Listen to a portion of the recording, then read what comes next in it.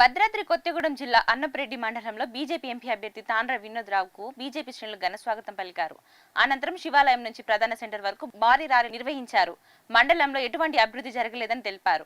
రానున్న ఎన్నికల్లో తనకు ఓటు వేసి గెలిపిస్తే విద్య, వైద్య, వ్యవసాయం అన్ని రంగాల్లో అభివృద్ధి చేసి చూపిస్తానని వినోద్ హామీ ఇచ్చారు. ఈ కార్యక్రమంలో మాజీ మంత్రి విజయరామారావు, బీజేపీ మండల అధ్యక్షుడు ఈడూరి దేవి బాల కిరణ్ శర్మ నాయకులు పాల్గొన్నారు.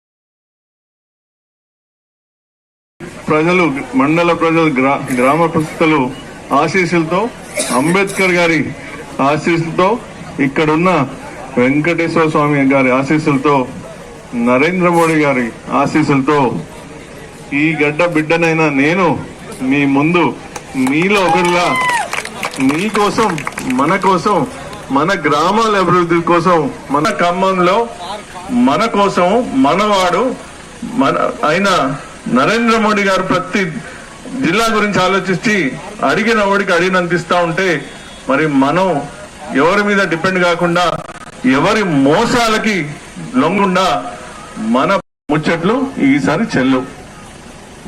నేను ఇక్కడ పుట్టినవాడిని కాబట్టి, ఇక్కడ పెరిగినవాడిని కాబట్టి మనకి ఏం కావాలనేది మనకు తెలుసా లేదా? నేను పడుతుంది.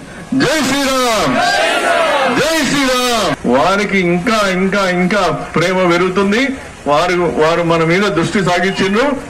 ఈసారి ఖమ్మం తప్పకుండా ఖమ్మంలో మీ దీవెనతోటి నేను మీ బంటుగా ఇక్కడ ఉండి వారి దగ్గర దృష్టికి తీసుకెళ్లి